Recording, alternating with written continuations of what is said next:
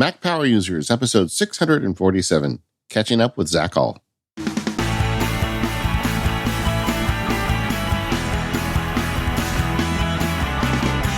Hello, everyone. This is David Sparks. I'm here today, sans Stephen Hackett. He couldn't be here this week, but it's okay. We have a special guest with us today. Welcome back to the show, Zac Hall. Hey, everybody. Thanks for having me, Dave. Zac, it's so great to have you back. When I heard Stephen couldn't make it, I was so happy that this episode is with you. You and I always have a good time when we talk. For folks who don't know, Zac, what's your technical title over at 9 to 5 Mac? Are you the editor? Or I'm currently going by senior editor. It's changed over the years, but that's what I'm comfortable with. Yeah, I mean, in my mind, you're a 9 to 5 Mac guy. You know, you're the guy who makes sure that website keeps running and gets out great content, which, by the way, and I've told you this offline, it is my favorite fire hose. And I mean that in the best of ways. You know, I mean, there's a lot of websites out there that really do a good job of covering anything related to Apple tech.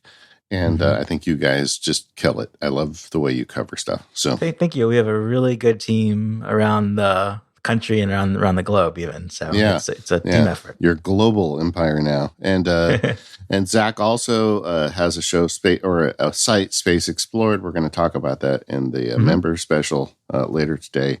Sure. But I just wanted to talk to you, Zac. This is the perfect time to have you on the show.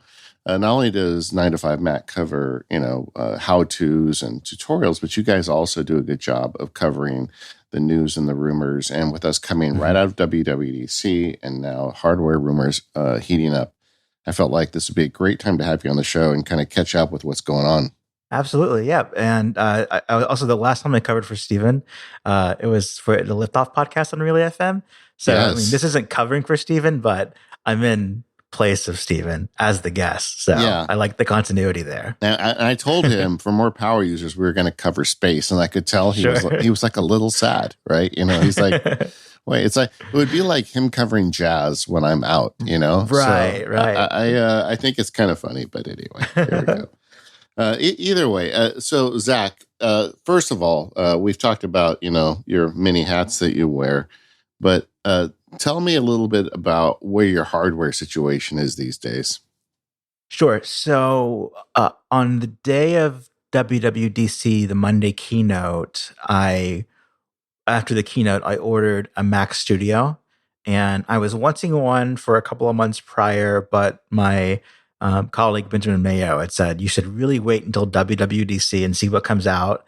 And maybe there'll be a higher end Mac Mini that's better for your needs or something like that. And so I did. I waited and I messaged him and I said, do I have permission to buy a Mac Studio now? And he says, yes, you do. Yeah. So ordered the Mac Studio. Prior to that, I already had the Apple Studio Display. Yeah.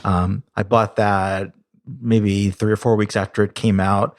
And by not ordering on day one, it was very hard to get, within a couple of months' time. So I ended up driving out of state about 2.5 hours away to pick it up. Yeah, that's always shocking to me when I hear people driving out of state. I grew up in California, so leaving the state's like a 5-hour trip for us. And when I was a kid, we used to go back to Massachusetts where my mom grew up. And then she would say, well, let's go to Rhode Island for ice cream. And that would just blow my mind that you could do that, right? Right, yeah. But I want to wind back a little bit. So you were not waiting for the Mac Pro at WWDC. You were waiting to see if they actually had something less powerful than the Mac Studio. Exactly. Because the M1, I had an M1 MacBook Air prior to that, and I wanted a desktop. I was using my MacBook Air 90% of the time at my desk, which sort of began as like I had lower back pain, and I went to the doctor and went to physical therapy and learned some exercises. But it was largely because I was using my laptop around, not in an ergonomic way. Sure, and hunched on the couch or whatever. Right, right. And so I wanted to force myself into a desktop only environment, primarily to sort of train myself to make that habit. And so I had purchased the Apple Studio Display, a Keychron keyboard, Logitech Ergo, the ball mouse, and then the Magic Trackpad so all three of those things, plus the MacBook Air, usually closed. But it was the base model M1 MacBook Air from 2020 And I think once I was doing like desktop size things, especially with the monitor, I was noticing some sluggishness and 8 gigabytes of RAM, especially with the number of tabs I had open for work, and photo editing was always kind of a delay. So Yeah. I knew I needed something more than that, and I didn't want to go with a laptop because I thought I could get a better specs of value, better specs and better value for a desktop. Yeah, that's absolutely true, right? Right, And right. and if you're trying to put yourself at a desk, I think that's the way to do it. I mean, for so long I used a desktop machine, and then when the MacBook Pro, the M1 MacBook Pro came out, I got one. For me, I need the flexibility right now, but I'm in the process of making some changes. I'm adding a room onto the house, and Mm-hmm. maybe at that point I'll go back to the desktop only lifestyle. But Sure. a couple things you told me was, number one is you do not have a laptop at all anymore, and you don't have an iPad. So you're That's right. really doing everything at that computer. Everything is at my desk at this computer, which eventually I'll need to expand and have a Mac caliber mobile solution, for work travel. And if I want to work out of town for a week or so, then, I definitely, I have that need, but I'm still sort of training myself to do the desks, as close to 8 hours a day during the week as possible. And it's a standing desk, so I, can get up and move around and that kind of thing. So that's good.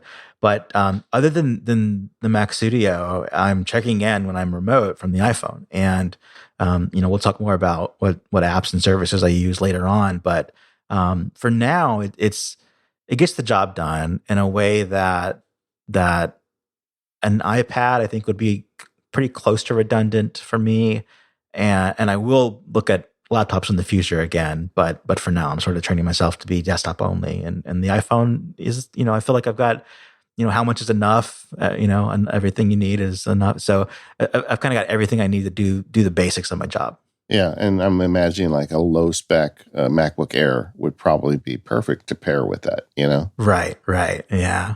But if I were you, I would not get another 8 gigabyte machine. No, It's just lesson learned there.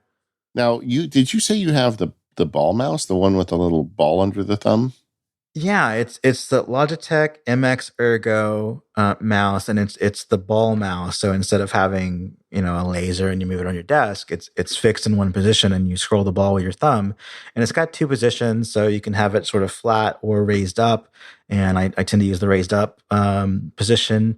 And I believe it's my first time ever using a ball mouse, save for maybe the late '90s or so, as a kid. But it definitely took some getting used to, both that and the keyboard. Anything that's sort of ergonomic designed. When you come from Apple's flat mouse and flat trackpad and flat keyboard, anything else feels very different. And so there were, it's probably a week or two where I felt like I'm definitely slower, and it's like I'm learning, how to use a keyboard and mouse for the first time. But fortunately, I learned how to use both of these things before WWDC, and now I feel like I'm very efficient. But things like learning how to move a cursor across the screen, a 27-inch screen, and as fast as you can, a mouse, moving your hand around, and I really like it. One like very trivial thing I like about having the mouse, the ball moving mouse, is that my keyboard, I don't really move it on my desk. My trackpad stays in one place, but my mouse would always be wherever I last used it. And just visually, I would always like reset it in position.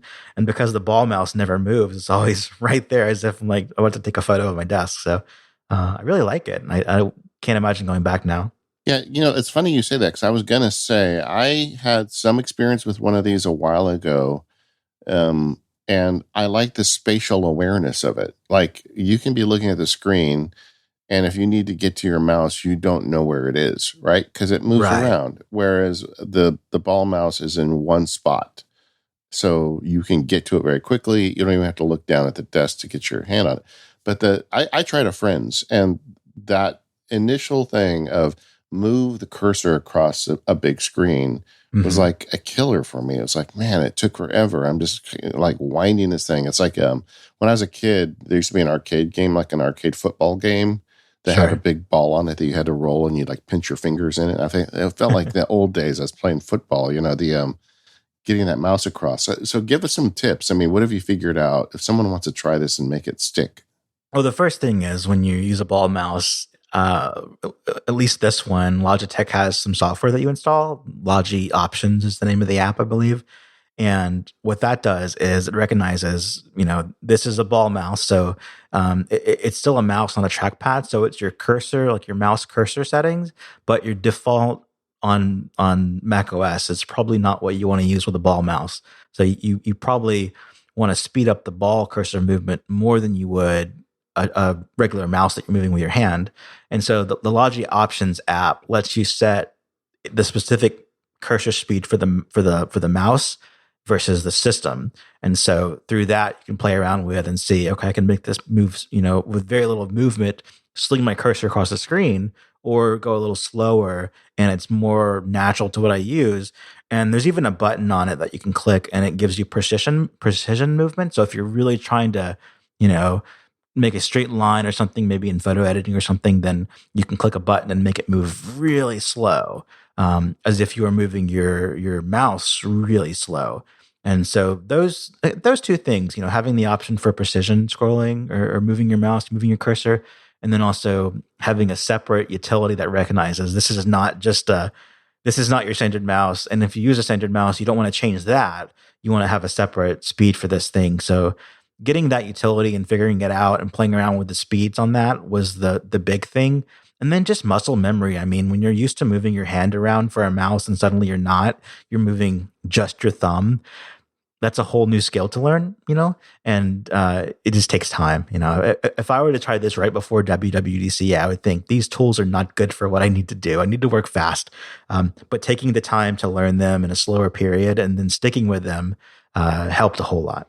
Yeah, and I agree with you on Logi Options. I think that's what it's called, because I've used a Logitech keyboard and mouse in the past too. Usually I'm very leery about installing that kind of software on my Mac, but this stuff seems to run fine and not cause any problems. So, right. Now, you said that you got a Keychron keyboard, but Keychron makes a lot of keyboards these days. Which one did you get? I have a Keychron K2 wireless mechanical keyboard. K2A2Z is the name of it. It's dark gray.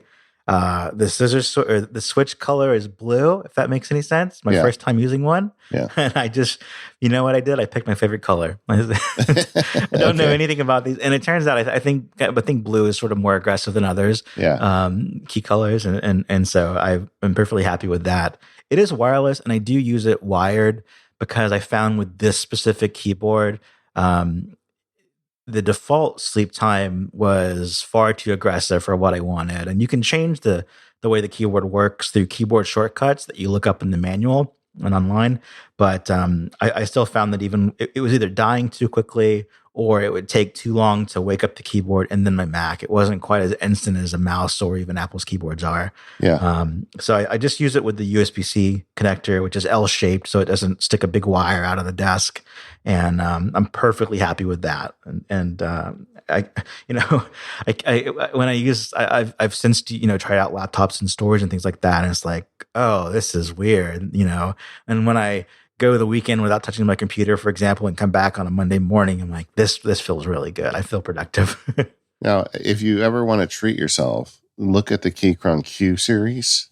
Mm-hmm. That's their newer kind of upper scale ones. They aren't that much more money. And if you're going to buy one of these, I would recommend, you've already bought one, so you don't want to do this, but I would recommend the Q series. It is wired. It's not wireless, but I think it's made out of aluminum or unobtainium. I don't know what it's made of, but like if someone broke into your house, you could probably, kill him with it because it's so heavy. And I have one of those and it's got the little knob on it for the volume instead of the, replace one of the buttons with the volume knob, which is really cool.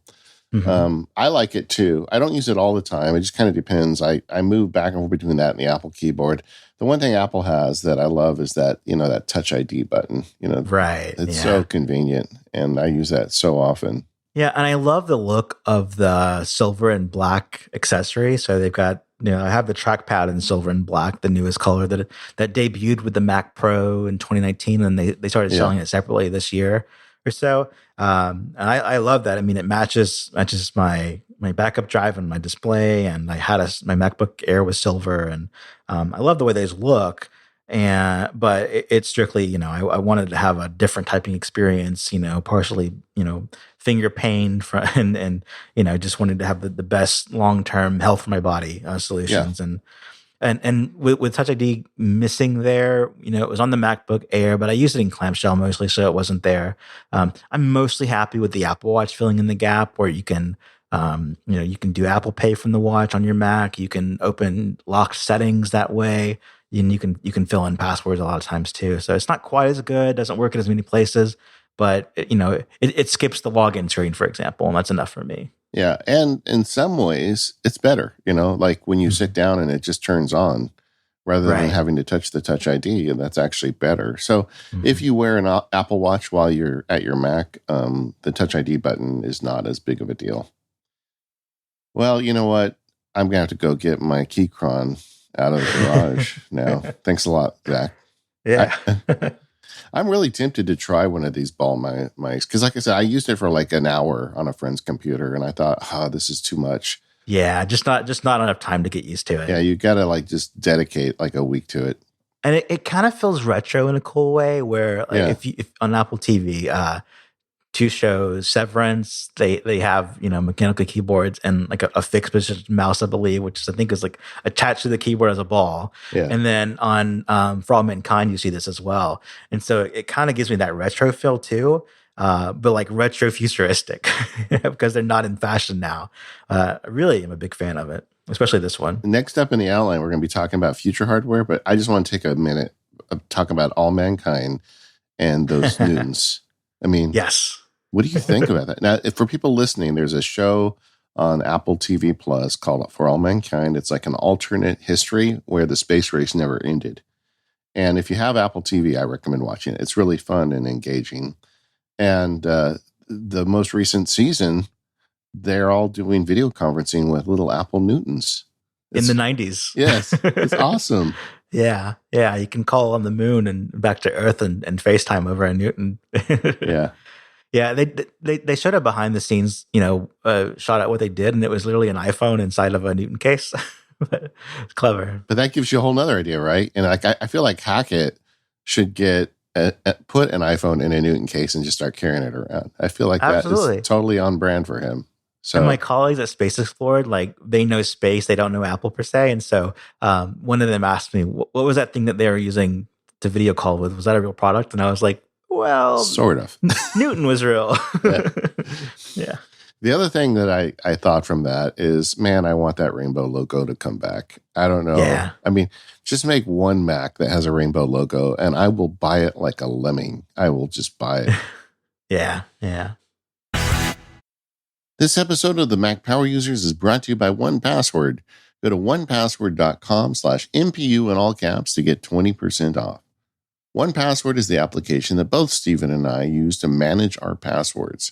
Not only do we use 1Password for password management, however, it does so much more. For instance, with 1Password, you have a secure vault that you can keep on your Mac, iPhone, and iPad, where you can keep data that other people can't see, even if they unlock your computer. It provides me a second layer of security. So even if you get through my phone, you're still not going to get my most detailed information because it's all buried in secure notes. Back when I was a lawyer, I kept secure client data in those secure notes. Now I keep things in there like my kids' social security numbers and my medical information. Because I have 1Password, I have the freedom of putting any information that's important to me or I may need someday on my phone without having to worry about its security. Just go into the app, hit the plus button in the top right corner, and add a new secure note. I currently have 86 of them. Just a few of the things I keep in my 1Password notes include a list of all of my bank accounts along with their routing numbers, so I've got all that stuff quickly available to me. I've got all the passwords for my mother-in-law because she routinely forgets them, so I have to keep track of them for her. And of course, many notes about my own medical treatment, medications, and other things that I want to keep secure on my phone. I love the secure notes feature in 1Password and I use it all the time, but that's just one of many features. You can also track your credit cards, identities, email accounts, memberships, reward programs. They've got it all covered, all in a single application. There are so many good reasons to use 1Password. I have 1Password for family's account, and I share it with my kids and my wife, and we are all invested in it. You should too. Go to onepassword.com/MPU in all caps and sign up today and get that 20% off. Also, that lets them know you heard about it here on the Mac Power Users. Thanks again to 1Password for all their support of the Mac Power Users. Okay, so Zach, you are over at 9 to 5 Mac. You guys report on rumors, and we got a bunch of them this week from our buddy Mark Gurman about various products. And I'd like to start with the Mac because I think the story around Apple Silicon and the Mac the last 2 years has just been fascinating. Right. Yeah. And by the way, Mark Gurman, former colleague at 9 to 5 Mac, I owe my career to him because he sort of plucked me out of the normal job landscape and put me in 9 to 5 Mac. And without him, I wouldn't be here. So I love Mark Gurman, not just for the rumors. I didn't know that. Yeah, cool. That's right. Yeah, I wouldn't be here without him. And in terms of these rumors, I mean, there's a lot of good stuff here. We know the new MacBook Air that Apple announced coming in July, and I'm very curious about trying out one of those. And I'm sure that'll satisfy my portable notebook need. Maybe with more than 8 gigabytes of RAM. But before that thing even ships, Mark Gurman has this report about 2 new notebooks, one a 15-inch MacBook Air, which is something I remember writing about in the early days of my role at 9 to 5 Mac, which started in 2013. So years ago, I was kind of writing that. Here's the problem with the MacBook Air. You have the time 11 and 13-inch screen sizes. Yeah. And then if you want a bigger screen, you've got MacBook Pros that are way heavier and way bulkier. more expensive. Way more expensive. But what if you want a bigger screen and you don't want the extra, battery and everything inside that gives it the weight? A MacBook Air that's 15 inches, that would be quite compelling. And there were actually rumors around one at the time, but I think it ended up just being the first Retina MacBook Pro, which was a little bit slimmer, but not MacBook Air slim. Yeah, this comes up on the show all the time because Steven and I both agree that it's like that's the missing hole in the line. They have they have the consumer laptop, but it caps at 13 inches. It's just like the phones. Like we're hearing the rumors that this year, where instead of an iPhone mini, it's going to be a standard iPhone and an iPhone kind of Max size, but without the Pro features. That's right. People want bigger screens. I think some people want a bigger laptop without having to pay for a MacBook Pro.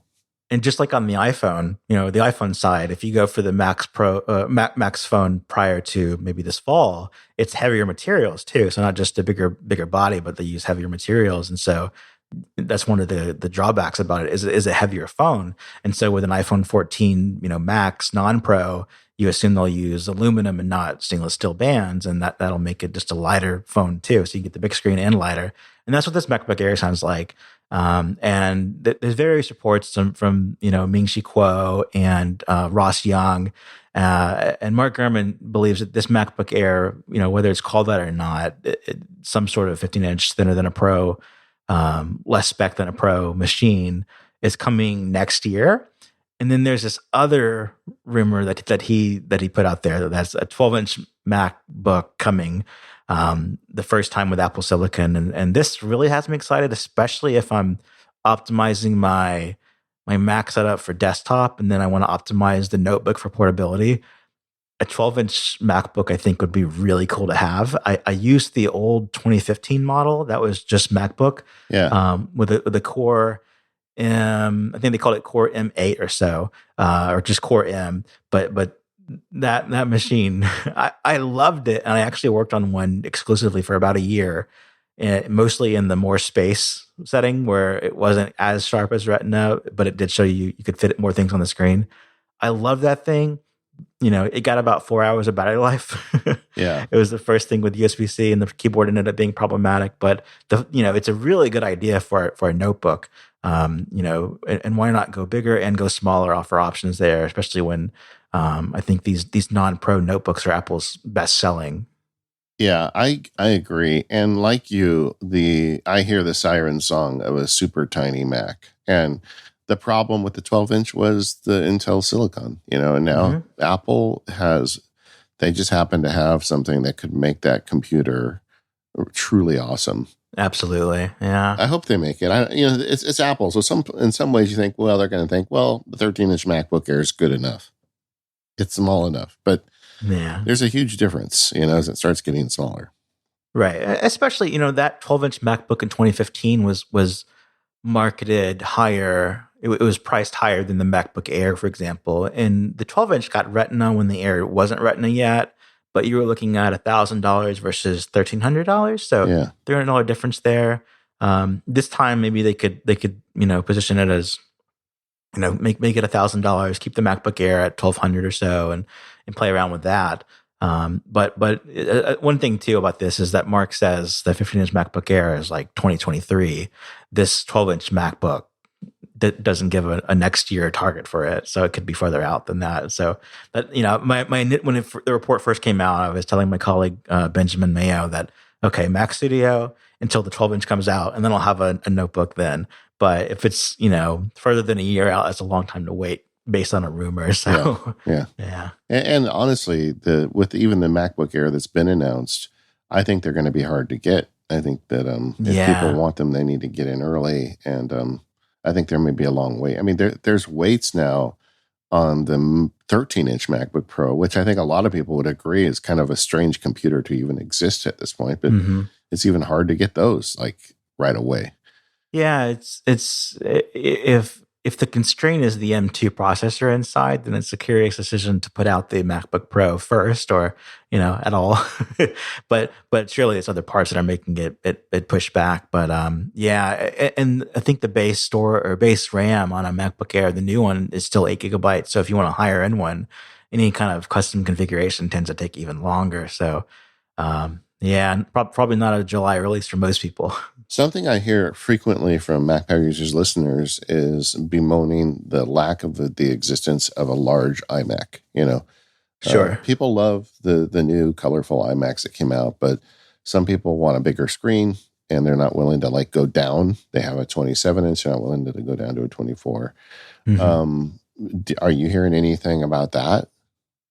It sounds like when the iMac Pro went away, there was just discontinued. There was no promise of a new one. Yeah. And the 21.5-inch iMac on Intel was replaced with 24 inches, which is, halfway. Happens to be halfway, right in the middle of 21.5 and 27. What Mark says, what we found in our reporting is that it is in the pipeline, but it's not in the pipeline for this year. Next year is questionable, but it sounds like when they do go to a larger screen, it'll also be a much higher end computer than the iMac, or maybe the Mac Studio is the best way to look at it. Is just that, but with a built-in screen. Yeah. And in the meantime, the solution of external display, it gets quite pricey compared to what an all-in-one could be. But I would also expect if they go super high end with the iMac, Pro, if we'll call it that, then it'll also be a premium machine, not just for the screen, but because it's higher in hardware as well. And what I tell people is, if that is what you really want, and the Mac Studio is more powerful, just wait a little while. I do think there's going to be an M2 Mac Mini that's going to be very satisfying in terms of power and price. And then you don't need to buy the Apple display. You can buy. There's other good displays out there. In fact, you guys review a bunch of them. That under $1,000 or maybe even under $700, where you could get a pretty good screen. I mean, you're not going to have the pixel density that us Mac nerds love, but you're going to have a good screen. And so you can probably get yourself set up pretty good for not a huge amount of money. But I think that missing M2 Mac Mini is the missing piece for those folks right now. And the high-end Mac Minis are still on Intel. So the space gray colored Mac Minis are still on the Intel i7 and i9 chip. So that's sort of what I was waiting for before buying a Mac Studio as well. We'll see what replaces that. And, when Apple quits selling that, then what's in its place?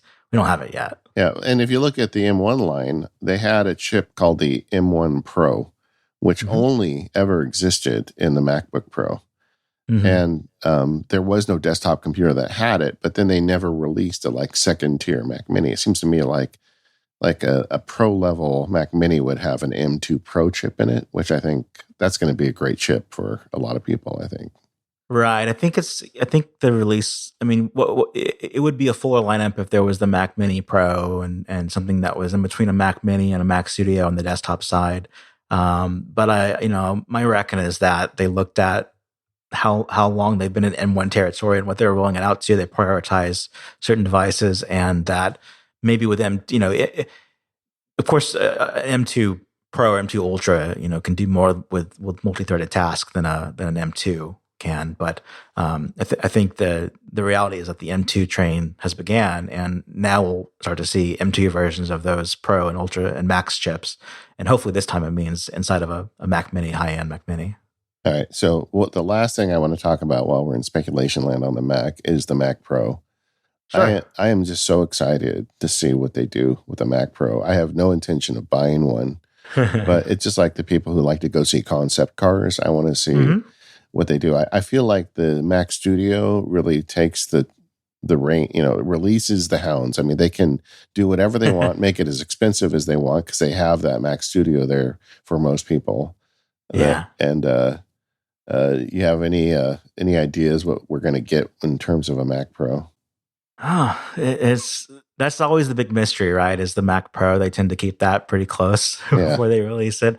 And like you, I'm not in the market for one. But when the 2019 Mac Pro came out, there was a pretty big difference between iMac and iMac Pro and then Mac Pro. And this year, assuming this thing comes out before the end of the year, we won't really have that because of the Mac Studio. So that's kind of a good thing. And the thing I'm always most interested in, sort of like you mentioned, is the concept car type thing, but just how it looks, what they do with the design. It's always so different from the rest of the Mac lineup. And that 2013 design that was never updated, it was called the Trash Can Mac Pro, and they only cut off models. They never did a new refresh of it.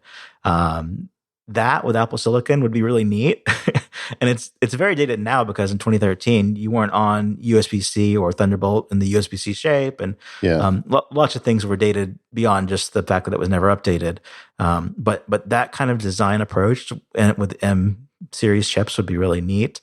I don't know that they'll do that though because it is so problematic in history, but it's something that's like the Mac Pro now, but probably half the size or a quarter the size, but still the similar functionality would be really neat to see. Yeah, I think it's gonna have to have card support because so many of the pros that buy those really high end machines do have specialized cards they need to use with them. Yeah. The other thing that you guys have reported recently that I wanted to talk about is the big HomePod. I have several of them. And I've got friends, and they all keep telling me how their HomePods are dying off, and mine keep going. I'm almost afraid to talk about it publicly because I'm afraid they're going to start dying. But I really like them. I like the way they sound. They obviously are underpowered processor-wise, and Siri struggles. In fact, I've got a blog post that will have gone up by the time this airs talking about how Siri is the problem really with this stuff. But I think that they just need faster processors. But it seems to me weird that Apple would stop selling a product without having a replacement product, but this is one of those cases where they did that. Yeah, when they stopped selling them, there were reports of customers buying what was left of the inventory and it still having the 2018 software on it. The idea being the launch inventory never actually sold out, and no more were ever made. So that's a problem. But I really love the Big Home Pod.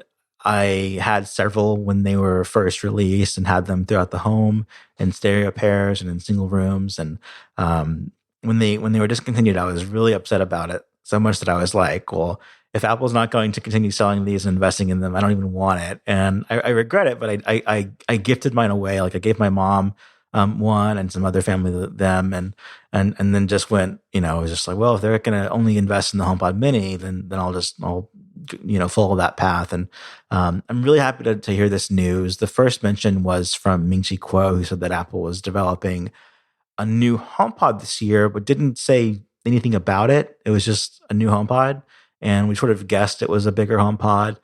Then later, 9 to 5 Mac reported through some code findings that it was indeed based on the way the product reference was made, that it was a higher end version than the HomePod Mini. So we assume, medium to big HomePod. And then Ming-Chi Kuo followed up that report by saying, yes, I agree. This will be a big HomePod, similar to the original one, but just updated for price and modern features. So that's really exciting. Over the last weekend, Mark Gurman had in his newsletter, Power On, a mention of this HomePod as well. He says it'll be a next year release, so 2023. But what he also says is that it will run on the S8 processor, which is what's expected to be in the new Apple Watch. And that's sort of the model that they took with the HomePod Mini as well, was put the Apple Watch processor in the HomePod Mini. And I think that in part helps with the pricing. And so, Ming-Chi Kuo's first report was that they're going to work on, I think the power or the price structure of this thing as well. So having an S series processor versus an A series processor inside, I think will help with that. But I can't wait to have one. I only have minis at home. I have louder audio systems than the minis, then I tend to use those. But in terms of just HomePod, I was visiting my mom last weekend out of state, and she has the HomePod that I gifted her, and I just airplayed some music to it, and I was just thoroughly impressed by how much oomph the thing has for being a single speaker in that case. And I can't wait for it to come back. So what we learned is it's good to hang out with Zac when he's mad about an Apple product, because he might give it to you. Yeah, that's right. I wish they had. And it's I know this is kind of not what they do anymore, but I wish they had like outputs and inputs in those. Like, wouldn't it be great if, even though it has an old chip and even though the software isn't that great anymore, probably not even updated, I could still plug an 1/8-inch cable into it and still use it as a speaker. I mean, that's the one thing about it that kind of is disappointing, because they're expensive and they have a shelf life of 3 to 5 years. You're not going to be using it anymore after that. And then what do you do with them, right? Yeah. We were thinking about this at 9to5 Mac recently, and we kind of discussed, well, would you have expected in 2018 for this product to not only not exist in 2022, but to have stopped working? And the ones that I've gifted, they still work. Don't know why, but I do have a friend who had just a single HomePod in his living room and used it just to play music, and it stopped. And some of them stopped through software updates, which is really scary. But others just have hardware failures, and it seems to be that it's this, like, for my friend, it was just that the speaker hardware stopped working. Something about it was damaged over time, and you really can't do anything with that. So it's a weird one. But I don't know if you saw this week the Google Nexus Q, I think it's called. It's from 10 years ago, and it predated HomePods and Echoes and all of that, and it predated the Chromecast. But it was like a little smart speaker thing that had banana plugs on the back, so you could plug it up to your AV equipment. And they ended up canceling it before it ever shipped, $300, and it was really weird. But that kind of reminds me of what people want now is to put in some hardware plugs on the back of it, so you can use it more. It can be more versatile than just a smart speaker. Yeah, I mean, remember what was that? The first speaker Apple sold back in the day was the iPod Hi-Fi. Right. Yeah, I mean, those still work if you can plug into them. That's right. Whereas your friend's HomePod, which is a lot younger, is no longer working. But yeah, I ended up buying an iPod Hi-Fi several years ago for $50 on Facebook Marketplace.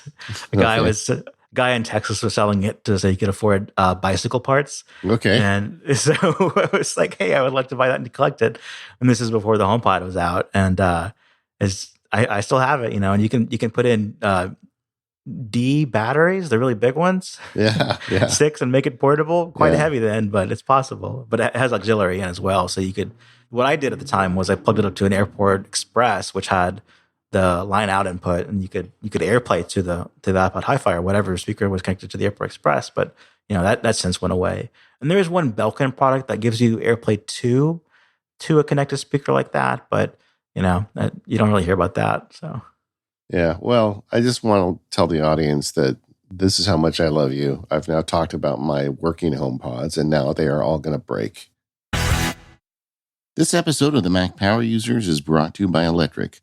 Unbury yourself from IT tasks and get a free pair of Beats Solo 3 wireless headphones when you schedule a qualifying meeting. Just go to electric.ai/MPU. When leading your small business, it's not all glamour. In fact, sometimes it's a matter of spending hours trying to find a laptop lost in the mail for a new hire or dealing with some other technical emergency, which you're well equipped to deal with, but maybe don't have time for. The team over at Electric knows small businesses, maybe like yours, face these challenges. That's why they've solved this problem for you by operating as your IT department. Instead of spending your time sorting through unused application licenses, setting up employee laptops, and answering never-ending IT questions from your team, you can build that empire. With Electric acting as your IT department, you can get back to what you're good at, plus get a really cool IT platform to see and manage everything. We all have things we're good at, but we're also nerds. I mean, you're listening to the Mac Power Users after all. I've fallen down that rabbit hole many times in my life where I got stuck with the tech and didn't do the actual work. Don't be like me. Get Electric to handle the tech for you so you can do everything else. And for Mac Power Users listeners, Electric is offering a free pair of Beats Solo 3 headphones for taking a qualified meeting. Just go to electric.ai/MPU. That's electric.ai/MPU. Go there now to get your free pair of Beats Solo 3 headphones today for scheduling a qualified meeting. And our thanks to Electric for their support of the Mac Power Users. So, Zach, when we were talking about your hardware earlier, you said you had a Mac and you said you had a phone, but you said you don't have an iPad. And so a lot of people I know that have a desktop Mac usually use an iPad as their mobile device, but the iPad just didn't take for you. Tell me the story here. I've had a lot of iPads over the years. My first iPad was an iPad 2. And I remember thinking, oh, this is going to replace my MacBook Air. Like this is going to do it. And I had a friend in college in 2009 who sold his MacBook Pro for the first iPad, thinking like this is going to replace my MacBook Pro. And that's long been sort of tested and people kind of know what to expect there now. But reason number one is that my kid broke my iPad Pro. I had the 12.9-inch iPad Pro with M1 with the new display type. And I used that for several months, and then I kind of returned to the Mac after sort of what I would say a disappointing iPad OS 15 release in terms of what I needed. Yeah. So really what happened was I used that 12.9-inch iPad Pro for maybe 3 or 4, maybe 5 months, and I used it mostly as a desktop. So I had it connected to a display with a mouse and keyboard. And, I docked it to my desk when I was working during the day, and it was in the tablet mode when it wasn't, and I loved how versatile it was. But things like podcasting, I know there's ways you can do this, but the easiest way I did was, I used an app on the iPad, Just Press Record at the time, to have a slide overview of my audio recording. And then I recorded that way. I did we did a FaceTime audio call over the iPhone, and then had the notes and Safari up on the iPad screen. And that was 2 devices to pull off something I can do on one on the iPad. What wasn't great. Yeah. I mean, inevitably podcasting with an iPad involves some degree of Rube Goldberg, it's just like, you've got to put something together. I think even Federico Viticci does his podcasting on a Mac because, it just doesn't work, honestly. Yeah. The technical problem is it doesn't take an audio feed into 2 locations, so you can't have a monitoring app and a recording app. But your main job is a lot of writing, review, and it seems to me like a lot of that would be very amenable to iPad, really. It is. I think if I were just writing without any external responsibility, it would be wonderful. If it was just, hey, Zach, write this, come back when you're done. That would be great. But it's never just that. It's always, write this, and then also keep an eye on breaking news, because if something more urgent appears, then you need to switch modes. And then also work with the team at 9 to 5 Mac and Slack. Make sure that they've got the right idea for stories and help out with that kind of thing. So it's a lot of multitasking, like literal multitasking, that doesn't quite transfer to the iPad yet. And I haven't tried Stage Manager on the iPad because I don't have an iPad. I don't own one anymore. But just looking at it, to go from 3 apps on the screen, in split view and slide over, to go to 4 with windowing that I'm not quite sure is what I would want out of it. You've got one in focus and three moving around the screen based on what you're using. I think I would still feel frustrated at the limits, and none of it addresses the audio problem of being able to record and have a call at the same time. So for those reasons, I'm still, not iPad curious as I have been in the past. And then, the last reason for it is just that Apple Silicon Macs are so good. This was really tempting before Apple Silicon because, there were things about the iPad. You had 10-hour battery life on Wi-Fi, 9 hours on cellular. Speaking of cellular, you had built-in LTE or 5G. So you could take your iPad to the park or the beach and work from there without having to worry about Wi-Fi or hotspot. Lots of really cool things about it. Picking up the screen and not having anything attached to it's really cool. Like it always has been. But when I just want to not have the device get in the way of my work, I just have to use the Mac still.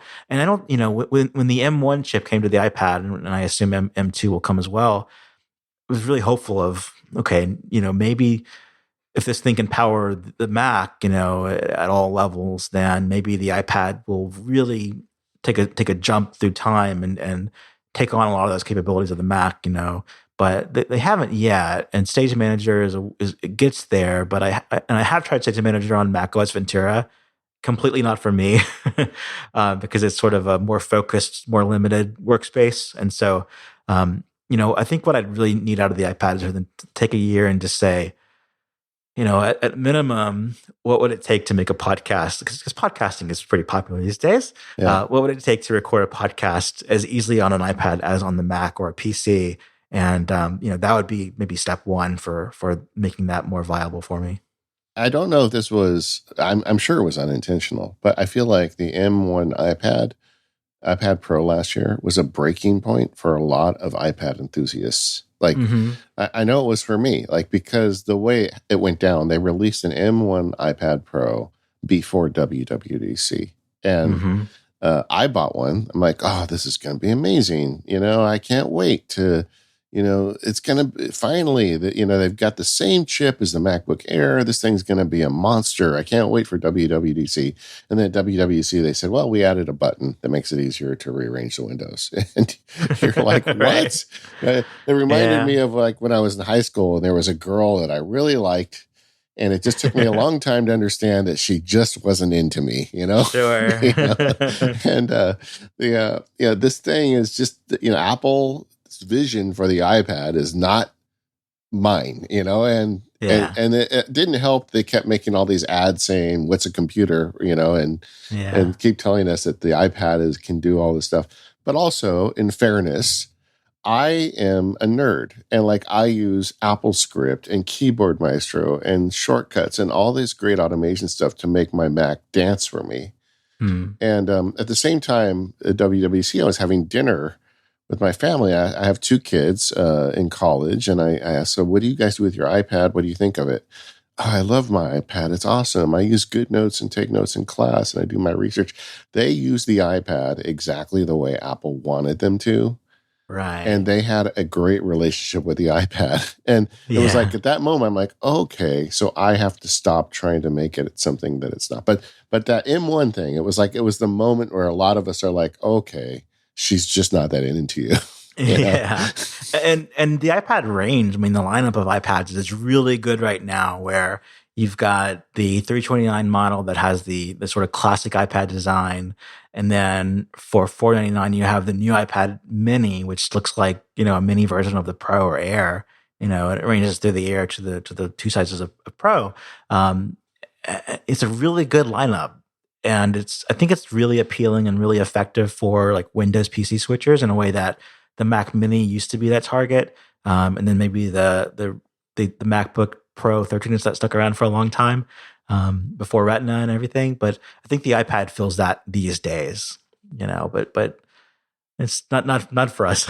Yeah, no, I get it. And so instead of not using it, the way I've responded is I've just changed the way I use it. I use it in a way that's kind of more intended. And Stage Manager is nice on it, but it's not as nice as what I can do on a Mac. And that point you made earlier about the Mac catching up is absolutely true. Apple Silicon change the nature of the Mac, especially the small laptops like the iMac. I'm sorry, the MacBook Air. I keep wanting to say iMac. Sure. But the MacBook Air, I mean, it does have a long battery life. It does have instant on. It has a lot of the features that were only on iPad before. Can you imagine if they release that 12-inch and they put a cellular radio in it? Oh my goodness. Yeah. Okay. Would be amazing. Yeah. So I feel like they're giving us a lot of options. And then a guy like me and you, we can run all our automation scripts and do all our nerdy things on a Mac. So it'll be there for us. Yeah. So while we're talking about, your hardware and the Mac, I want to take a minute to talk a little bit about your workflows, because you've got a pretty big team at 9to5 Mac. How do you keep everybody together over there? We work in Slack primarily, and it's kind of fun seeing. It's too bad WWDC isn't as fully in person as it could be before the pandemic, but it was kind of fun seeing Apple run sort of a conference through Slack in terms of the workshops that they were doing and how the different Slack rooms were like the different conference rooms. Yeah. We work through Slack sort of like that, where we've got there's lots of different sites in the 9to5 network now. 9to5 Mac, 9to5 Google, 9to5 Toys. There's I think maybe 6 or 9 or so. So there's a lot of sites now, and so each of those has a channel, and then we have channels for things like podcasting management, things about SEO, redesign project coming up for the site, and all those different things. And we use those, to keep organized. But I think if I look at our Mac room right now, we've got 40 members. And it's like, wow. Okay. Yeah. And not everyone is in the Mac room, but a lot of people are. And that's just one room. We've got, I think if you look at Electrek, the EV site, there's probably maybe just as many members there, because it's the closest to 9to5 Mac in terms of audience and everything. And so it's pretty impressive. And we've got writers in the UK, a couple of writers in the UK. We've got a couple of writers in Brazil, and then all across the US. And so, it works for us. Before Slack, we used HipChat, by Atlassian, and they eventually were bought by the same people. But yeah, we've always been remote, which of course during the pandemic, we'd never been anything but remote, so it was sort of optimal for that. But communicating through Slack, I like to keep. Slack it's great for communication and everything, but I like to the people I work closest with. We keep in regular contact through iMessage. So Slack is like the high level for me. But then iMessage and even group FaceTime is something I do often with the people I work closest with. And I would say like the group FaceTime thing, I've just got there's 5 people that we have a call with, if not every day throughout the week. And it isn't even like, let's do a work meeting over FaceTime or Zoom or something. It's like, let's just work and hang out and chat, and it's kind of, it really helps me a lot mentally with the barrier of working remotely and not working in a co-working space or something like that. Yeah. Just relating to people doing the same thing as you and talking about just casual things in real time versus, over messaging. That helps a whole lot. It's less lonely too, right? Yeah, absolutely. My whole mood will change when I go from just me and Slack to our group chat on FaceTime. Yeah, I just last week did a work session with a group of friends, and we just all had our cameras on, and we did it in Zoom. We should have probably done it in FaceTime. But it was nice, and there were 45 minutes would go by and nobody would say a word, but it was nice. Yeah. And I like Zoom is the same way, but with group FaceTime, we also have, obviously we have the group chat on iMessage as well. And so we just go from that to group FaceTime, and not everyone has to join at one time, and people can come and go and leave, and, whoever's just around, is there. So that works out well. For our podcast, we use Skype for the longest time. And then my co-host, Benjamin Mayo, upgraded to Apple Silicon from Intel, and he could run Zoom for the first time without his fans flying all the time. Yeah. So we use Zoom for our podcast. And then some other stuff that I use. We've had in podcasting what we call the Great Migration to Zoom. Everybody has kind of left, and gone to Zoom because the recording tools are better and it's easier and blah blah blah. I don't know, what's next, but when you do the group FaceTime calls, do you do it on your Mac? Just using the camera on your Mac screen, or do you? So I'm I'm on the Mac when I'm doing them because it's usually within work hours. But others who don't have the same hours as me, or they're more flexible and where they can work from, they answer on their iPad or their iPhone, and so we're all on different devices. But I use on the Mac. Um, the funny thing is that the Apple Studio Display webcam, That's right. was such a big controversy. um, I'm sort of, I don't know, I was lucky in my situation where my computer sits in front of four wall or floor to ceiling windows, and it looks over my balcony, which looks over just trees, and it's really sunny out there. So there's always in the daytime really great lighting on me when I'm on these calls, Yeah. and it's like best case scenario for that webcam, Yeah. And no one has complained to me about, wow, your webcam looks terrible compared to ours. So that's Yeah, I mean, I went to the store. They don't look terrible. To me, they just don't look as good as I feel like they should for the cost of the screen, yeah, yeah. But, it's not, I feel like that was kind of overblown. The farmer update helped, that's for sure. Yeah. But yeah, that actually is a good idea. So how did you land on FaceTime over Zoom for those types of calls? Organically, it was from having the group chat, where we, it started out with the space site, where with Space Explored, we would slowly add in members to the site, and we were all kind of friends first, and then I'd invite them to come write with me or things like that. And so it always was like, the way that works really is like friendship above anything, and then the site is sort of an effect of that. And then when we bring on new people, we tend to we have all the same interests, so we add them there. And so it just kind of organically to go from a group chat to group FaceTime. I think that's kind of how Apple plans it. But that's really how we landed there. With Zoom, if you're cross-platform, that's the way to go. We're all sort of on Apple products, or we've had people switch to Apple products from Android whenever they join, because they want to have iMessage and group FaceTime as well. And FaceTime now can do the thing where you can schedule and you can make a URL for Android and PC, but for us, it's just that we're all using iPhone, we're all using Mac, so it's built in and convenient that way. Yeah, I am increasingly doing that with friends, and I find it to be quite useful. And there are like services you can go into where you can do it with strangers too. But for those of us that work at home, I think there's really something to that. Mm-hmm. In terms of the writing workflows, what are the key apps to make 9 to 5 Mac happen? Sure. So part of the process is writers will pitch a headline in Slack and what they want their headline to the story to be. And just sort of over the years, I've had a knack for improving headlines and making something a little bit more punchy and original and catchy, that kind of thing. And so it sort of fall on me to write, to either, edit the headline or rewrite it or come up with a fresh headline. And so for that, I have IA Writer open as a very tall, very narrow window on the side of my Mac monitor. And so as people submit their headlines, I copy and paste it into IA Writer, and then I go from there and sort of redo the headline the way I think it ought to go, and then I paste it back into the Slack channel. So that's what you use AI Writer for? I mean, do you write anything else in it, or is it just for headlines? I don't do anything else in it. I don't do anything with Markdown, nothing with publishing. It's just, and it's, you know what it is? It's that text edit on its own. It's like, I don't really like it. Yeah. I like the way IA Writer looks and feels. And before IA Writer, I was using Byword. And I think I switched maybe for, I don't know, maybe the way it looked or something. But IA Writer, I have it on my phone as well. And it does save, like each time per day, I have like a long list of what I've done. And that helps me feel like I'm contributing, in a way that I think I would lose otherwise. But those all get saved as a file for that day.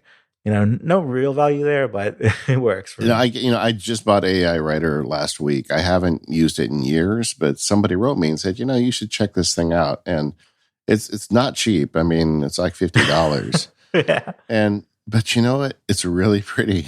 It is. I'm going to cover it in the Mac Sparking Labs, and I'm discovering some little features that it does that I really like too. But it's fun to kind of come back to an app once in a while and see how much it's changed. And I get it, man. That if you have to write, that's a pretty app. But I never thought about just using it for writing the headlines. But hey, man, and I keep the status bar turned on, and so you can do word count and character count, all the things that like a word processor will do for you. But to me, it's like a very lightweight version of a word processor. yeah, More than notes and prettier than text edit and on the iPhone. it's a very nice font too. I think that's a custom font that they're using. Right.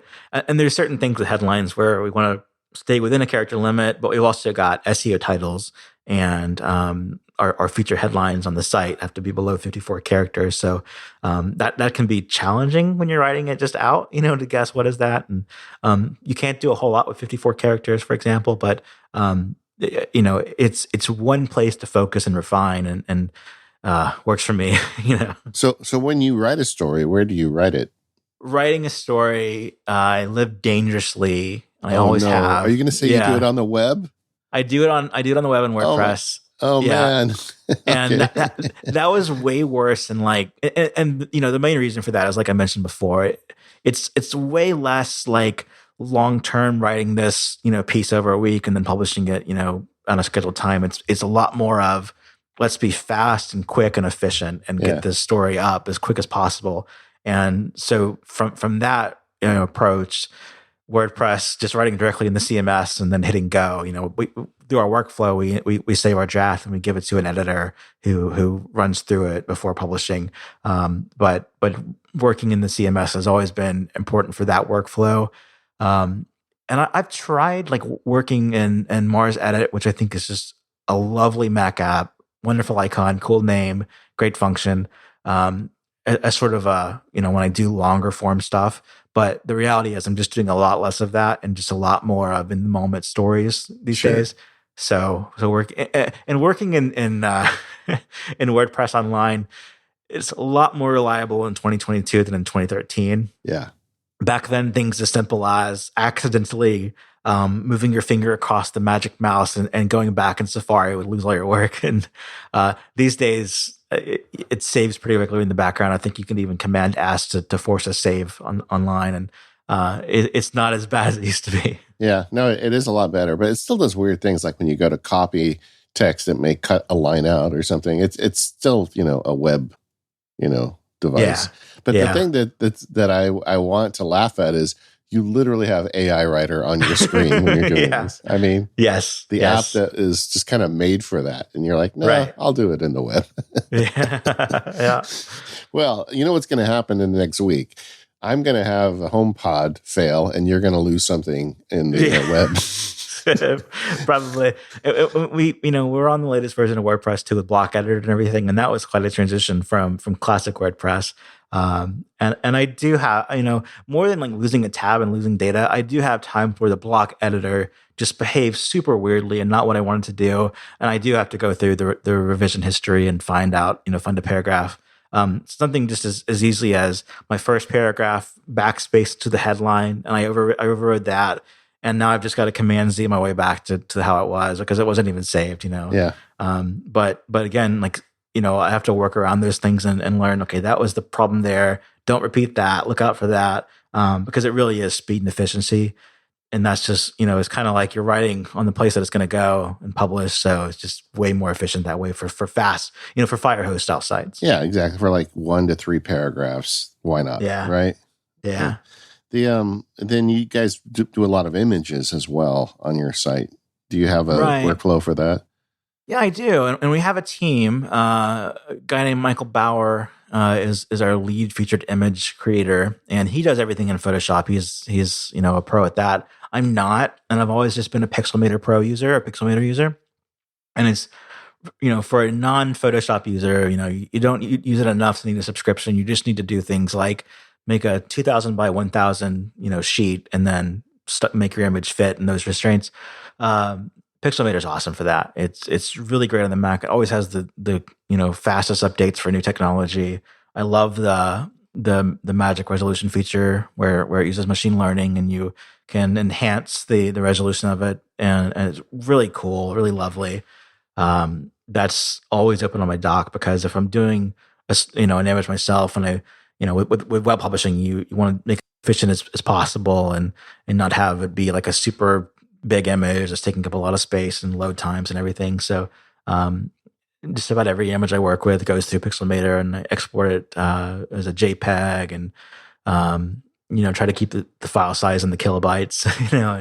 It works great for that. This is the second week in a row we've had a guest talking about Pixelmator, and you know what? It's all true. I mean, it's a great app. You buy it once, and it has every tool most people need. That's right. Yeah, but both for IA Writer and Pixelmator Pro, I bought them years ago and keep getting enhancements. And like I said, I'm not a Photoshop level user, but I do things in Pixelmator Pro too, like taking advantage of working on different layers of an image and changing colors and styles without ruining the whole thing. Really great features there. This episode of the Mac Power Users is brought to you by Squarespace. Go to squarespace.com/MPU and make your next move. Enter offer code MPU at checkout to get 10% off your first purchase. Squarespace is my go-to place for starting a new thing on the internet. I've literally lost track of the number of websites that me and my family have built out at Squarespace over the years. When my daughter was finishing school and she needed to make a website showing off her talents, she did it at Squarespace. When Daisy and I decided to do the Disneyland Field Guide, we did that at Squarespace too. In fact, for many years, Max Sparky was on Squarespace, and for the entire existence of my law firm, it was on Squarespace. It's just the place to go. With Squarespace, you can use insights to grow your business. If you've ever wondered where your site visits and sales are coming from, or which channels are most effective, you can analyze all of that in Squarespace. Once you've got that data, you can improve your website and build marketing strategies based on your top keywords or most popular products and content. Now, I've seen analytics before, and Squarespace really excels at it. They make it really easy to understand and for anybody to take advantage of. You can also sell your products on an online store. I have a friend that was doing his product sales through a third-party service who's paying a ton of fees. We set him up with Squarespace, and now he's getting all that money for himself. Whether you sell physical or digital products, Squarespace has the tools you need to start selling online. And you can stand out in any inbox with Squarespace email campaigns. So why not encourage your visitors to sign up as email subscribers and start them on the journey of becoming loyal customers? Just like the website templates, Squarespace has email templates that you can customize by applying your brand ingredients like site colors and a logo. And again, they have great analytics. If you want to get blogging, Squarespace has powerful blogging tools to share stories, photos, videos, and updates. You'll be able to categorize, share, and schedule your posts to make your content work for you. One of the biggest advantages of Squarespace, in my opinion, is how easy it is. Anybody that signs up a Squarespace website can run it. And we know that's not true for a lot of these web services. So whether you're helping out the soccer team or someone at work, you can get them signed up with a Squarespace website, show them around a little bit, and then you're done. They do the rest themselves. They get ownership of it. They love that, and your time gets preserved. So head to squarespace.com/MPU for a free trial with no credit card required. And when you're ready to launch, use offer code MPU to save 10% off your first purchase of a website or domain. Once again, that's squarespace.com/MPU. And when you decide to sign up, use the offer code MPU to get 10% off your first purchase and show your support for the Mac Power Users. So our thanks to Squarespace for their support of the Mac Power Users and all of Relay FM. You run 9 to 5 Mac, or you play a role over there. We're nerds. How many betas have you got installed these days? As many betas as many places. Yeah. iOS 16 on day one, macOS Ventura on day one, watchOS 9 on day one. Yeah. No iPad OS because no iPad. No TV OS because I'm not sure what I would do on it. There is a HomePod beta. I don't use that. And this year there's a new beta for AirPods, and I don't do that either. But yeah, the main three for me are the iPhone, the Mac, and the Apple Watch. Yeah, we were lucky enough to actually get up to Cupertino, and Apple had a space where we could podcast. Man, you want to talk about a nice podcast setup? Apple has got it right. And they asked me, they said, well, do you need anything from us? I said, well, do you have an iPad with the beta on it that I could just use for the recording? They looked at me like I was an idiot. Like, of course not. Why would we do that? You know, you were going to give our iPad to some goofy podcaster. And I'm like, okay, well then I'll just put it on mine. Sure. And, I thought you were going to say they were like, sure, and you didn't have to. So I had mine on like within an hour of it dropping. But yeah. Yeah. Okay. Well, I take a lot of heat from Steven on that and a lot of people, but you know what? I figure heck with it. Let's just try it. People want to hear what's going. What are you digging so far? Well, I will say I recorded a podcast at WWC 2019 Yeah. in their San Jose like mock-up studio, and that was really cool. Really good Yeah. equipment and everything. Yeah. Uh, I'm using I'm appreciating iOS 16 more than anything. I think because that's where I interact with the most new features. Yeah. Even compared to the Mac, where I spend a lot of my time, and on the watch, where I have it on all the time. And it's things like the lock screen. I'm not going crazy with lock screen widgets yet, in part because there's no third party widgets yet. Yeah. It's what Apple has baked in, and it's that's a really cool feature though. But It's still a little buggy too. Like I'm having sure, trouble getting wallpapers to stick with the new stuff. yeah, But it is pretty cool. Like I made one for like my personal lock screen, and it's just my dog, and it's basically covering up all the widgets and most of the time. But she yeah, looks so cute, I just don't care. But that's then like awesome. the work one, I'm going all in with widgets, but I'm already seeing from third party developers some really cool like renderings, and I think that this lock screen widget thing is going to be huge. They were really smart because they built it on the complication Mm-hmm. API. So anybody that's ever made a watch app has already got basically, lock screen widgets. Yeah, I like that you can have multiple. So I have one that is sort of a purple to blue gradient, and that's sort of my generic screenshot wallpaper when I want to publish something online, and maybe not have my something more personal in the shot or something, that's just I like having kind of a generic one for web publishing. Yeah. I have one that's when I'm kind of in space mode, if I'm going out to a space event or something, I want to kind of get in the mood for that, and it's a rocket, and it uses the feature where it detects the subject and puts the time behind that, and it just looks so cool. I love it. And then I've got one that is kind of my daily driver that is just a really close up shot on a motorcycle, and above that, I only thing custom here with the motorcycle one is that I've got the time in a customizable font, sort of the rounded one, Yeah. and then I don't have any widgets on this one, but I do have the above the time where the date is. You can now have new options there. So I have the date and weather conditions. So it shows sunny and 91 degrees outside. So It's I, good I data, right? like, yeah, yeah, I like having that. So Are you have you got into the focus modes? Have you played with that, or is that something you're interested in? I use the built-in one. So I use sleep mode, of course, for when I wear my watch to bed and don't want to have that annoy me. I use one for driving, and I use generic do not disturb. I haven't done any things much to kind of trick it out and have certain apps work. Mainly, what I've done is just have certain contacts come through, and those are sort of emergency contacts. So if I'm doing something that I'd really want to be notified if something happened with family, I have them come through.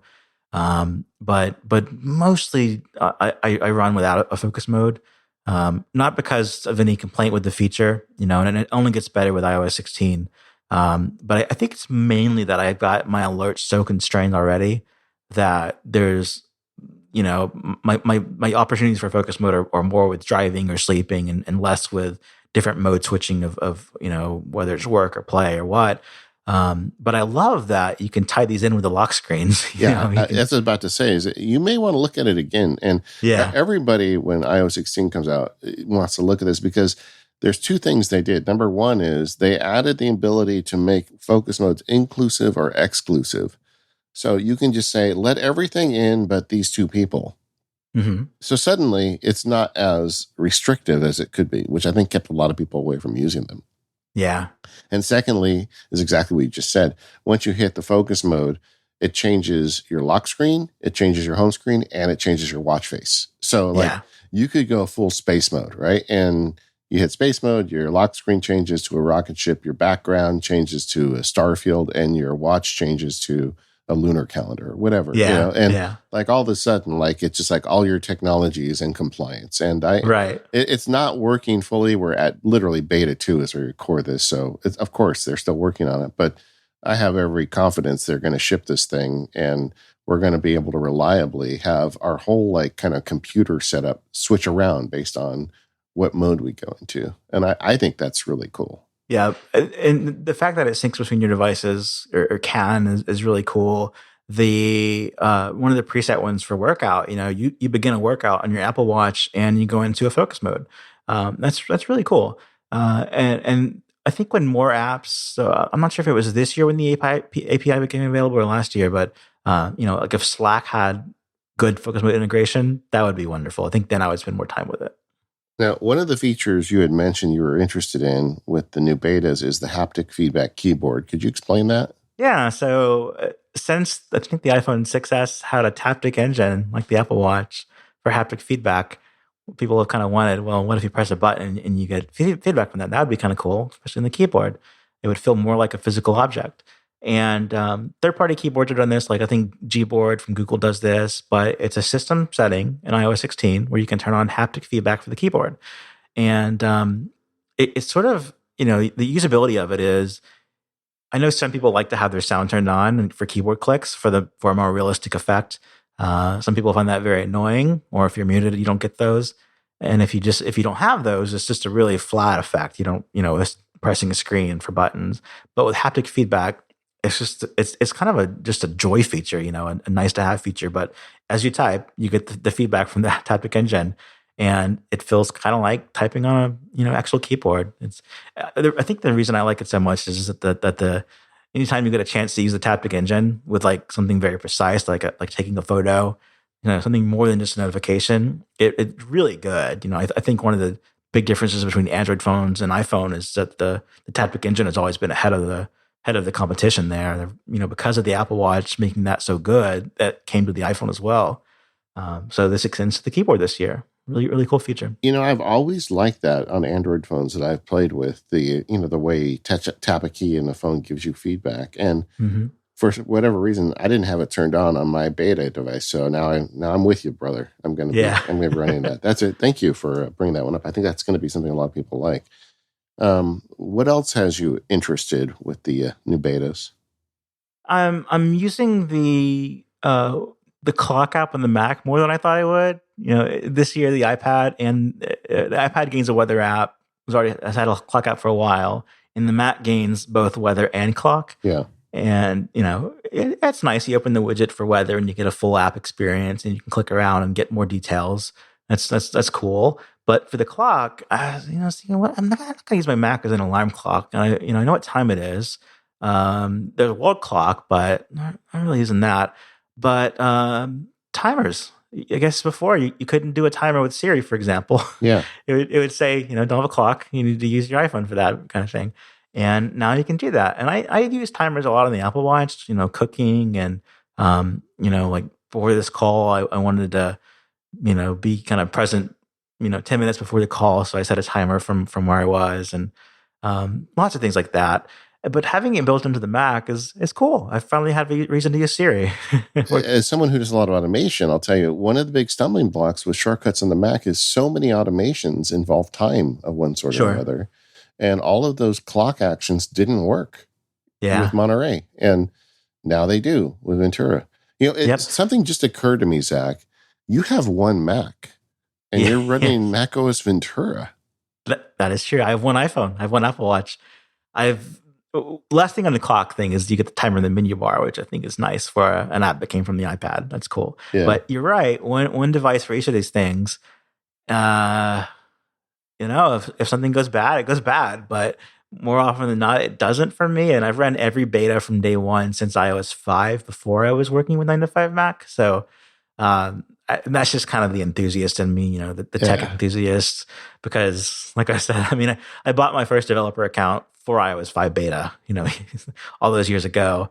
And now, I'm lucky to be able to say it's for work, but really it's not. It's because I want to try these things out. And haven't had anything in recent years that's been terrible. And I do have backups from the previous versions, but as you go throughout the summer, your backups on old software aren't as updated. So there is some risk there. And also, like, if it's cloud data, like iCloud stuff, a lot of times winding it back doesn't necessarily work. You can't put it back together. You can't run your macOS Ventura photo library on macOS Monterey. Like, Yeah. Yeah. Doesn't work. Yeah. But you know what?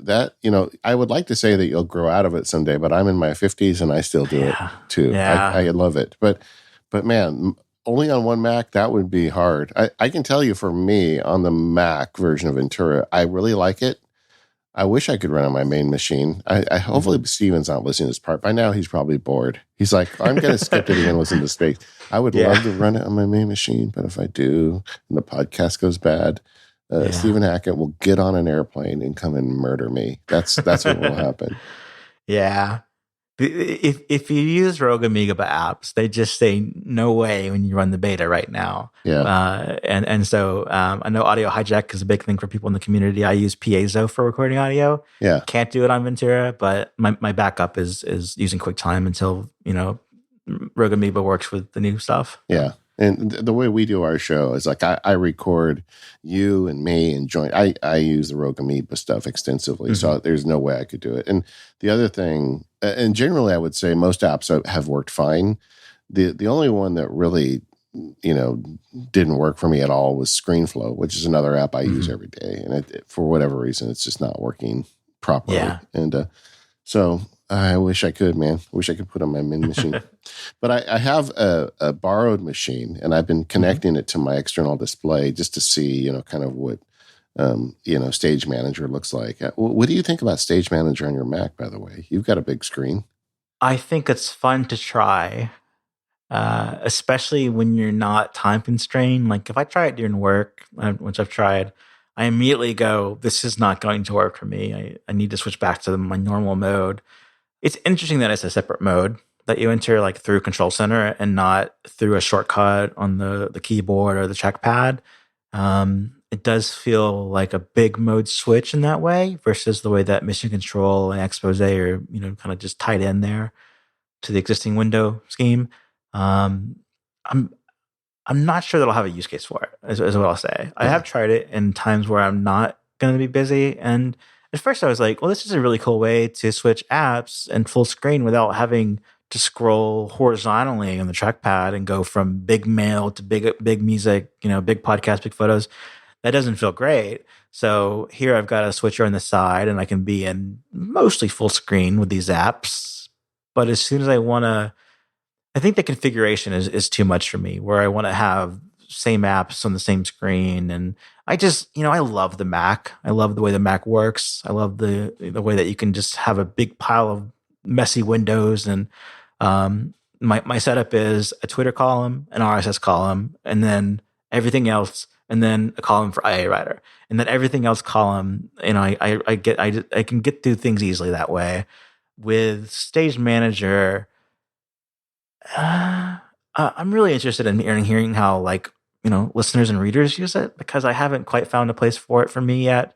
I think it's essential on the iPad if you want to do more. Yeah. But on the Mac, I'm not quite sure what I would use it for. Yeah, I'd wrote a Mac Sparky. I feel like it's a vertical improvement on the iPad. Like this is a next level better thing where it's horizontal on the Mac. Like this is one more way to do this. It's not It's not necessarily better, but it's another way. And I think for people who are not running 9-to-5 Mac or Mac Sparky and just want something simple, having the same paradigm on both Mac and iPad, I think is going to be pretty popular. I think there's going to be a group of people that really like it. But like you, I'm not sure it'll stick on my Mac either. Yeah. What about, have you tried, since you've got all the betas on your Mac and your display, have you tried using continuity camera with your iPhone yet? I have tried it. I tried it with the first beta, and it worked, especially for being my webcam. The cool desk view feature where it uses the ultra wide camera to basically look down.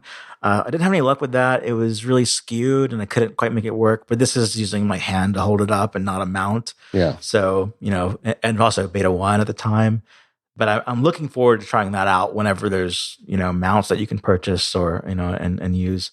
And then also the final version of it. But just with the feature of replacing your Mac webcam with your iPhone camera, works really well. You give it permission once, and then I think by default, it will switch automatically whenever the iPhone is still and close to your Mac. And I was running into an issue that I wasn't quite sure what was happening, which was I would be on a FaceTime call and people could hear me, but my video was just black, and I could turn it off and back on, and it was still just black, and I couldn't figure it out. And I realized it was because the iPhone in my pocket was becoming the camera, because it was it was stationary and nearby. And I turned it off the automatic switching feature, and now I just do it manually. Works wonderfully. So, I think that's going to be very popular, and those whoever makes those little hang stands that you hang on your monitor, they're going to have a lot of customers. I think that's going to be great. Well, it's over an hour, and we haven't talked to you about the Apple Watch, and you are kind of the unofficial Mac Power User Apple Watch correspondent. So give us your quick breakdown on what you think of the new Watch OS. The new Watch OS, I marvel at how good the Apple Watch is at specifically run tracking. Apple continues to improve the built-in workouts app to be highly competitive with dedicated sports watches from Garmin and others. The new heart zone feature, really, really, really impressive. There's something that stands out to me, which is that Apple makes the Apple Watch Nike version, which they encourage you to use with Nike Run Club. And over the years, this has been true for a while, but over the years, the built-in workouts app has been a much more sophisticated run tracker than Nike Run Club. and so that stands out to me that it's even more true now. And then other things about it, I really like that they've updated older watch faces like Utility from the first round of watch faces to work with the complications that began with the Series 4 watch. So you have those corner complications of gauges and things like that that can have more information there than just the circle watch complications on the older watch faces. And updating those to work has kind of rejuvenated the older watch faces. And Utility is a wonderful one as an analog clock because it's in full color, unlike maybe California. And what they've done there is they've given you two corner complications of gauges on top, and then you've got the classic one on the bottom where it wraps around the clock. And so a pretty good approach there. And then the way that alerts work now on the watch, I've always used the bigger watch screen, just my preference. And especially now on the 45 millimeter, there's a lot of space to work with. And the way that alerts come in now are sort of non-invasive, where you can receive an alert, look at your watch, and instead of having a full screen pop up, you get just the banner as if it were, an iPhone since iOS 5. And I like that a lot. It feels more like a little multitasking computer than the first version of the watch. So some good stuff there. I'm happy with the shape of WatchOS 9. Watch faces gaining always on support, and apps that way has been a kind of a thing I've looked for a while. And last year they really satisfied that. This year, visiting older watch faces, that's one of those big ones from the past that I think they should have addressed, and they finally did that. And like I said, just more features in the Workouts app. I'm really impressed with what they're doing there, and I hope they keep it up. Yeah, when I installed it, I tried the new faces and discovered, like you, that Utility works much better now and it looks better. Mm-hmm. And that's the one I've been using. I still am disappointed that they don't have a better story about watch faces and giving us more customization, more options. But fixing Utility, I'll take it, Yeah. I mean, on Utility, I would prefer to have the 4 corner complications versus the one in the bottom being the wrap around the clock face. Because to me, it does feel like half new on the top, half new or half old on the bottom. And just there's so many of those small customizations you'd want to have even before you think about third-party watch faces. Like I'd want to have California complications be in color, as an option, not just in grayscale. And infograph, it's great, but I want to have numerals around the dial and not just the ticks. So still a big opportunity there, but not there yet though. This episode of the Mac Power Users is brought to you by SourceGraph. Move fast, even in big code bases, with SourceGraph. So you've hired a brilliant developer. That's great, but now you have to get them onboarded. If your company is growing, onboarding new developers will be a common occurrence, but it's a big undertaking each time. One of the biggest challenges for new hires is to get up to speed with the project their new team is working on. This can be tricky if the code bases your developers are working on are already large. Thankfully, SourceGraph makes it easy to move fast, even in those big code bases. Developers know that knowledge is most useful when it's findable, Centralization is helpful, but given the fact that most companies store knowledge in at least two different locations, how do you make knowledge accessible to those that need it? As a code intelligence platform, SourceGraph gives developers what they need to drive their own learning over time in different situations. Teams without SourceGraph need to rely on asking colleagues or reviewing out-of-date documentation, which is cumbersome and time-consuming and sometimes even wrong. But with SourceGraph, every developer can search across millions of repositories to find specific code, saving time for themselves and everyone else. So when questions do come up, you know it's the big stuff that's worthy of the extra time. SourceGraph was created to make developers' lives easier, and today they work with leading companies across every industry, including 3 out of 5 of the top companies, plus PayPal, Uber, Plaid, GE, Reddit, and Atlassian. Visit about.sourcegraph.com to learn more. That's about.sourcegraph.com to find out why some of the biggest tech companies in the world use SourceGraph and to see what it can do for yours. Or check the link in the show notes to let them know you heard about them from the Mac Power users. Our thanks to SourceGraph for their support of the Mac Power users and all of Relay FM. Well, Zach, I always like to finish these interviews up talking about some favorite apps and services. I know a lot of our guests use interesting apps that listeners may have not heard of or may have heard of, but what are some of the apps that help you get your work done? I mentioned before RSS and the app Reader, and I use that on my iPhone and on the Mac. It's as important to me as Twitter is, because Twitter's kind of the fire hose of information coming by, and you might miss something. You might miss a story being published that you think is interesting and might want to walk around. RSS is like, it's the news without all the commentary, and so I really like that. For years, I think since 2014, if not 2013, I've used David Smith's RSS service, Feed Wrangler, which was one of the early replacements for Google Reader, which I never actually used, and that's sort of sunsetting now, where it's the last year of service, and Dave recommends using other services. And I was looking at the options, and I didn't mind paying for Feed Wrangler, but I really just use it for syncing RSS and nothing more. None of the more advanced features that you get from maybe some of the, like Feedbin and others. So I kind of didn't want to pay anybody else the subscription. And so I looked at RSS and Reader, and they have an option maybe added in the last year or two where you can have iCloud be your syncing service. So if you only use the Reader app for RSS and you don't use any other client, then you can use iCloud and just keep your timeline in sync. And because I was already using a third-party service with a first-party client, then my experience did not change at all. I just exported the OPML file and then opened it up as iCloud as a sync engine, and my experience is exactly the same. So I'm happy with that. And that really is. I have Twitter pinned to the top so that the latest tweet is always in view. And the same thing with RSS. It refreshes as soon as every 5 minutes for me. And that's what I have it turned on at. And, really useful, especially for some of the sites like Variety and those like entertainment sites.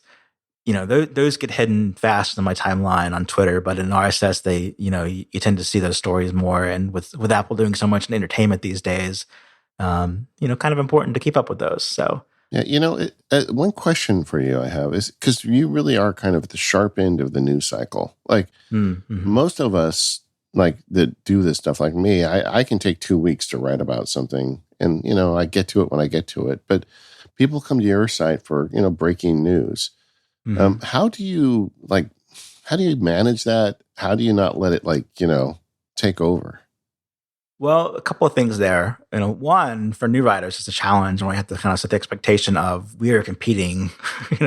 We not only we want to be first, but we want to be best too. We don't want just one or the other, and so that's kind of just the culture at 9to5 Mac. And then it's really just experience. It's I remember in my first few months of writing, I would feel very nervous about publishing anything at all, because it was like so many people are going to see this, and if I've got something wrong, it's going to worry me all week. And it's just experience. It's just that you get faster over time, you get more efficient, you learn what's important, what you can add later, what you need to have as the kind of the base of the story. And subject matter expertise. When you know something really well, you can say a lot about it without much input, without looking at other sources and things like that. So It's just experience. And that's kind of, in the early days, I'd feel like, man, anybody could take this job. And, what do I really do here that's important or special?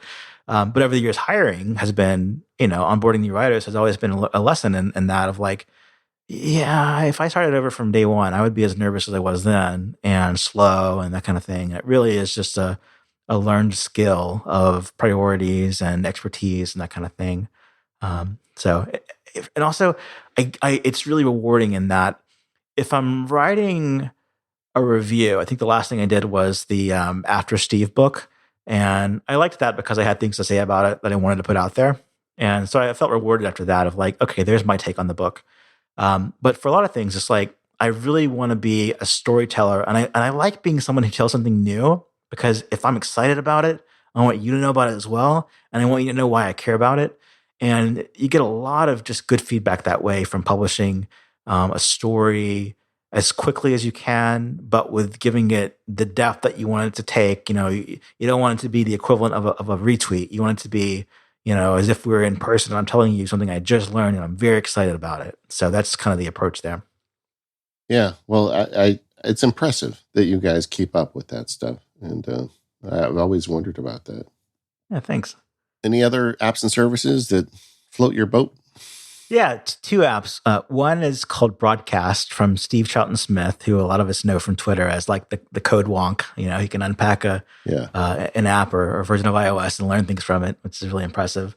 And by default, he has, he's from Ireland. He's got Irish radio presets, and I remove all those, and I just have two feeds. One is the Relay FM live feed, and the other is for Accidental Tech Podcast. And so I listen to shows on Relay Live while I'm working as kind of like company and, water cooler speak of what we're all working on, and ATP Live. And the reason I like to do those with Broadcast versus the web is that Broadcast is an app that works on the Mac, on the Apple TV, on the iPhone and iPad, and on the Apple Watch, including with cellular. So you can be out for a run or a jog or a bike ride and listen to a live podcast without your iPhone even over cellular. And that to me is just really cool. Steve Troughton Smith is really good at taking advantage of current technology and making it useful. So that's the best example of that. And then the last thing is an app on the iPhone called Guitar Tuna, like the fish, which is a pun on tuner, which is what it is. Sure. And years ago, I would have like a dedicated guitar tuner where you would plug in your guitar with a cable and replace the batteries every so often, and you'd use that to tune your guitar. And these days, I just use my iPhone. I open up Guitar Tuna and I play out in the open. And as soon as you hit what tune you're looking for at the end of like the 6 strings, it's just done. And I'm always amazed at how fast and easy it is to tune my guitar with that. And my that's kind of my hobby is playing music and writing songs. And I kind of do that. Like I keep notes, Apple Notes for some song ideas and words and things like that. But the main thing I do is I open up Photo Booth on my Mac. It's like my just like video recording app, in place of, I guess if it were like camera, I would just use camera. Sure. But I use Photo Booth on the Mac and I just play for 20 minutes at a time. And I love going back and looking at, okay, this is what I picked up from that kind of session. And I like that. Keep doing that more.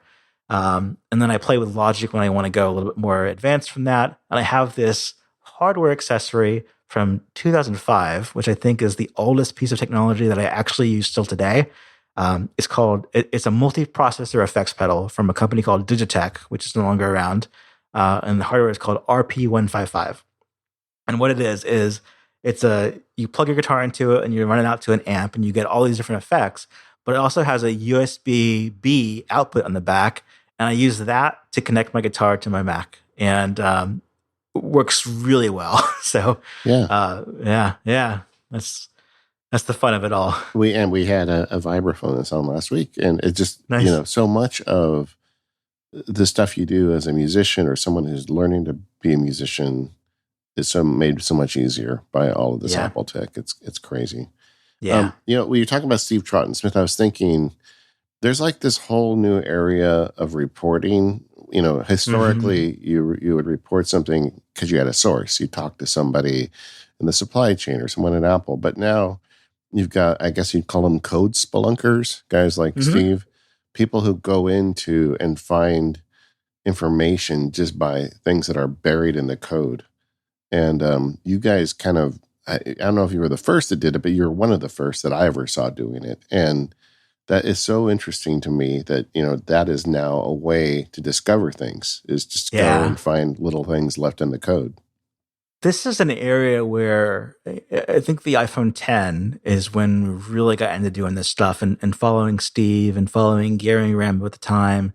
And it was a point where it was way over my head in terms of capability, but I knew it was important to us. And years ago, when we received a pre-release version of a GM of the actual release version of iOS that year, was that the HomePod thing?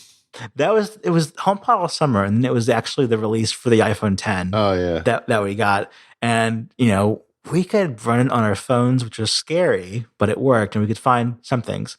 But what was really useful was that evening talking to Steve and talking to Guillermo Rambo and saying like, "Hey, we have this thing. We've run up to the our limit on what we can learn from it without someone like you." And that night I told both Steve and Rambo, like, "Hey, we've got this. If you want to work with us, I'll give it to you. And the only rule is that we publish it on 9to5Mac first, then you can tweet about it." And at first Steve said no, and Rambo said yes. And then we were finding things that way. And then Steve got interested because he's like, "Oh, Rambo's finding things. I bet I can find more." And they both worked with us that night. And for a long time, Rambo worked as kind of a code spelunker for us as well. And that was really nice. But now it's, we've kind of like learned from the trade as well. And we've got experts at 9to5Mac who do that as well. And we have a whole room called Apple Spelunking that is like, this is what we, a lot of it is like, you've got to have context to make sense of the stuff because it's very vague references in code. But if you know context and you can make some pretty good predictions and some pretty good analysis, you can often find out, what's going on, what's coming. And it's fun these days too to see what competitors do with the same information because it is so much of it is interpretation. And we'll see things that get reported and we're like, "No, we've seen that code. We don't think so." We kind of sit it out on that one. Or we see things and we're like, "This is very important. Let's dig deeper on this." And that's really where the team comes into play because on my own, I could do none of that. I think a lot of us couldn't. But these folks who look at the stuff, they've just got a really good skill set that I think very few people have. Well, Zac, as always, you and I have no trouble talking about stuff going on around Apple. And I want to thank you so much for coming on today. Where can people find you that want to learn more? You can follow me on Twitter at ApolloZac. It's APOLLOZAC. Also, of course, follow 9to5Mac and spaceexplorer.com. And we have a weekly podcast called 9to5Mac Happy Hour, where I co-host weekly with my co-host Benjamin Mayo. And we strive for an hour. We usually hit about an hour and a half or 2 hours. And that's been going for as long as I can remember. And that's where, I kind of have the most reward in just talking out these ideas like we did just now and listening, hearing from listeners and kind of, you form a different relationship over audio than you do in text. So I love that. So if you haven't listened yet, check it out. And I want to thank our sponsors, 1Password, Electric, Squarespace, and SourceGraph. We are the Mac Power Users. You can find us at relay.fm/MPU. You can find the forums at talk.macpowerusers.com. And we'll see you next time.